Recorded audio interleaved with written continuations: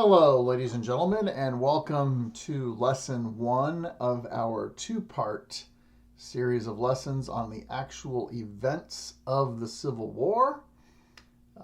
If I have done my job properly at this point, I have gone over with you the causes of the Civil War. I've gone over the strengths, weaknesses, and strategies of both the Union side and the Confederate side entering into the Civil War. And so now it's time to get into the nitty-gritty and discuss the actual events of the Civil War.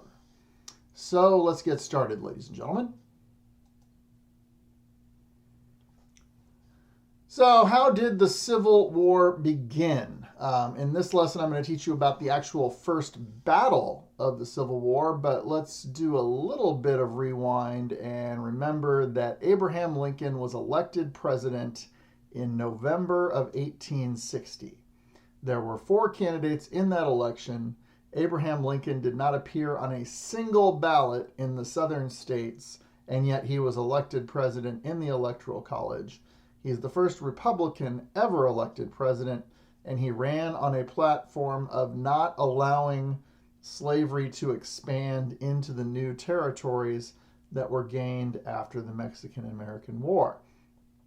The Southerners decided that there's no way they could possibly live under his command with him as president, so between November of 1860 and March of 1861, 7 states had already seceded and left the Union and formed the Confederate States of America. So when Abraham Lincoln takes office, he is taking the leadership of a country that has radically changed just since his election. So the Confederate States of America were formed initially by 7 states, and then following that, a few more states actually seceded and joined the Confederate States of America, leading up to the actual beginning of hostilities between the North, or the Union side, and the South, otherwise known as the Confederate or the Rebel side. President Lincoln actually hoped, perhaps naively, that war would not be necessary, but he did insist that the Union be preserved. The beginning of the war was based on the North's belief that once you joined the United States of America, you couldn't just vote to decide to leave. Basically, once you got married, you could not get divorced. And so the South was trying to say, well, yes, we can. We've divorced you. We're going to do our own thing. And the North is saying, not so fast. We will preserve the Union by force if necessary. And so keep in mind the dynamic here is that there was a United States Army, but once the Confederacy was formed, a lot of people who were enlisted in the United States Army deserted to go join the new Southern armies that were forming in many of the Southern states. And also the United States had forts and military bases in what is now the Confederacy. And so the first thing the Confederacy is concerned about is get your Union troops off our territory. And of course, Abraham Lincoln didn't recognize it as Southern territory. He recognized it as United States territory. And so when the Confederates ordered U.S. troops at Fort Sumter to abandon the fort or be destroyed, they did not abandon the fort, and the Southerners were forced to follow through on that threat. So on April 12, 1861, Confederate forces under P.G.T. Beauregard, these Southern generals sometimes have some pretty cool names, opened fire on the Union garrison at Fort Sumter in South Carolina. This is in the middle of Charleston Harbor. And within 24 hours, there's not much of that fort left. We're now in the era where photography has been invented, and so that is an actual picture of Fort Sumter after the Battle of Fort Sumter. And please notice, this is the official Confederate flag. This is the stars and bars. Looks similar to the American flag, but it is not the American flag. The Union forces were forced to surrender. They were taken to a Confederate prison. I can tell you right now, those were not pleasant environments. And as of this point, the actual hostilities of the Civil War had officially begun. A war that we now know lasted 4 years.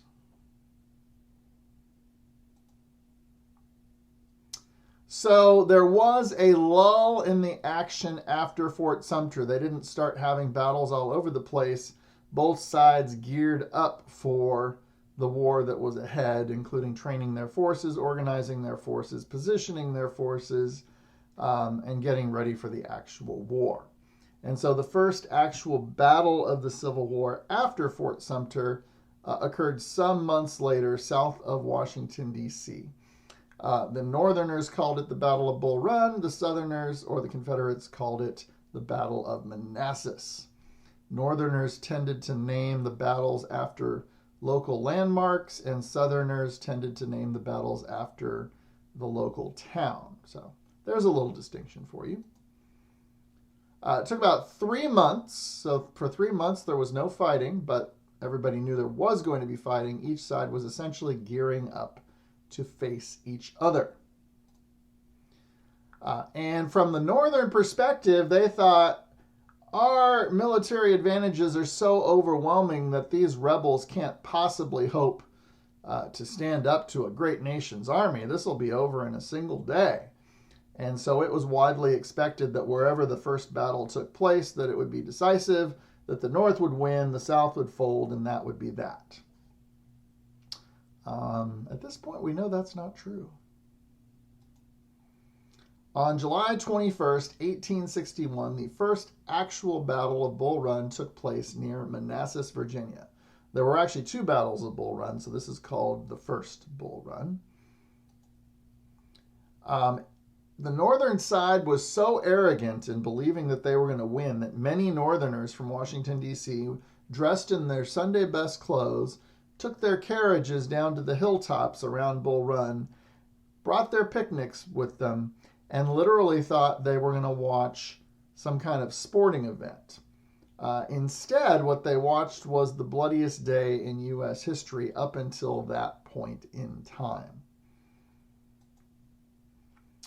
Confederate forces came ready to fight, and the Union soldiers kind of were full of themselves and not really ready for what was going to happen.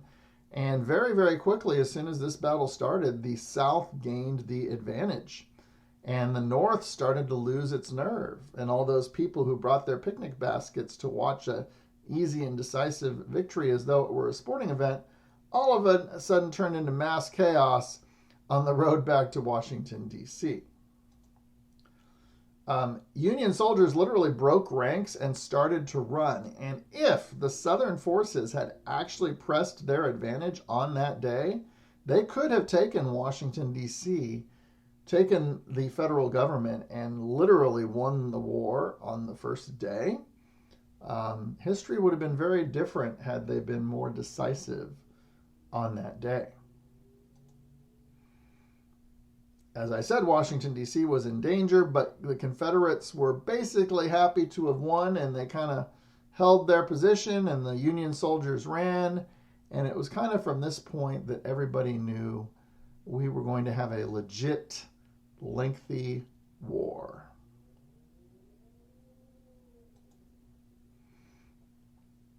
So let's go back to the Union strategy. We're going to talk about the Union Blockade.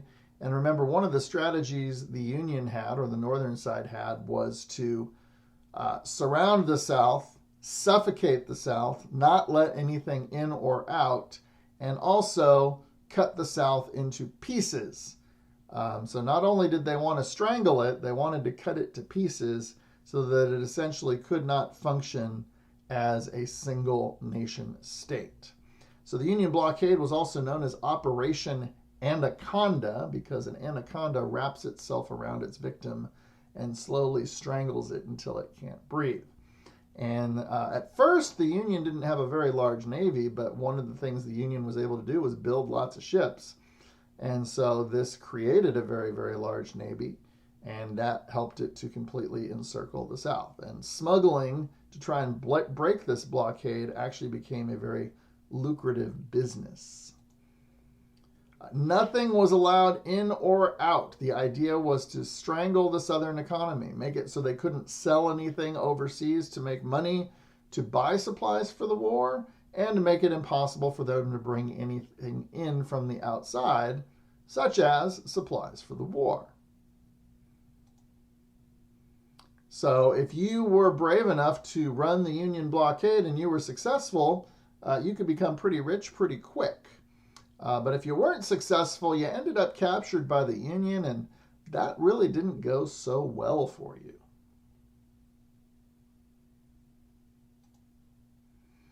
Over the course of time, 4 years, the Union blockade turned out to be extremely effective.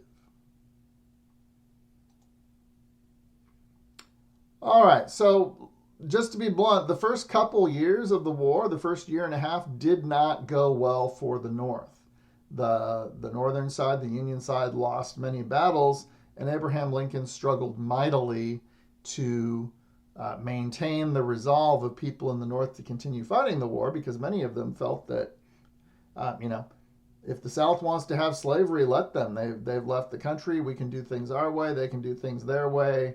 Let's live and let live. But Abraham Lincoln had different ideas. And just take a gander there at Abraham Lincoln when he was running for president versus 4 years later when he was running for re-election, and just look at the physical toll that being president during the Civil War had on him. And this is a Civil War graveyard right here. Early losses made it difficult for President Lincoln to convince the North to keep fighting. A majority of Northerners still wanted to fight and win the war, but there was a very, very, very large minority that was growing that said, we're losing, we're sending our sons to die, this is costing a lot of money, the South doesn't want to come back anyway, why are we doing this? And Abraham Lincoln was single-mindedly dedicated to the notion that the Union must be preserved at all costs. The death toll was staggering. That cemetery you see there did not exist before the Civil War, but after the Civil War, it was full. It was hard to stomach the toll of death that was piling up. This was far more violent and far more bloody than the Revolutionary War and the War of 1812, the only major wars we had fought so far as a country. This was very difficult for people to take. And to this day, the Civil War is the bloodiest conflict in the history of the United States. Many did want the South to just go their own way. They did not see it as being worthwhile to try and force the South to rejoin the country against their will. And Abraham Lincoln had to basically keep trying to convince people that this was worthwhile,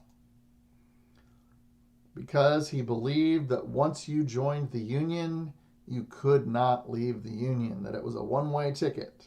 Getting married is one thing, getting divorced, not under our Constitution. But the one thing Abraham Lincoln lacked was a military victory. He desperately needed a military victory in order to rally the North, to keep people on his side, and to do some other things that he wanted to do. Stay tuned for that. So then there was the Battle of Antietam Creek. And this was considered the first major turning point in the war. Abraham Lincoln called it a victory. It was more like a draw, but he spun it as a victory. And sometimes, ladies and gentlemen, perception is reality. So what happened here is that Lincoln was desperately looking for a victory. He wanted to keep people on the side of fighting the war. He also had something else up his sleeve that he was waiting for some kind of victory to justify. Confederate General Robert E. Lee, the same Robert E. Lee who put down Brown's raid before the war, was now in charge of Confederate armies, and he was attempting to invade the North, and his purpose was not to take over the North. Instead, his purpose was to upset people in the North so much that they would basically put enough pressure on Abraham Lincoln to stop fighting the war, to basically just let the South go. And so this was in Maryland. Maryland was a border state. He was heading north, and this took place at a place called Antietam Creek. So again, these battles are named by the North, the winning side. The Southerners had a different name for this battle. And off the top of my head, I don't actually know what that is. Antietam, to this day, 2021, as I record this lesson, was the single bloodiest day in the entire history of the United States. And when we count casualties, we count the casualties on both sides because both sides were American. The Union did stop the Southern advance into the North, but at great, great cost in blood. 22,000 soldiers died combined from both sides. That is a lot of people. That's the population of Silverton, I believe. And back in those days, that would have been an even larger number because the population was smaller. So that is a lot of dead bodies in a cemetery. And there is a cemetery on the side of that battle. If you ever go to that part of the country and visit Civil War battle sites, one of the things you will find is cemeteries on each of those battle sites. The battle itself was a stalemate, but because General Lee decided to retreat back to the South, the North could spin it as a victory because it defeated the purpose that Lee was trying to achieve. Lincoln was able to claim it as the victory that he needed to convince people that the war was worth fighting and to do something else that he was waiting for a victory to do. And I'm going to leave that dangling there because this is where this lesson ends. And that thing that President Lincoln wanted to do is where we will pick up with the next lesson. Lesson 2, the events of the Civil War. But for now, no summary today. We'll have you write a summary at the end of these 2 lessons. This is Mr. Blumendahl signing off until next time on the Waldo Middle School Social Studies YouTube Network.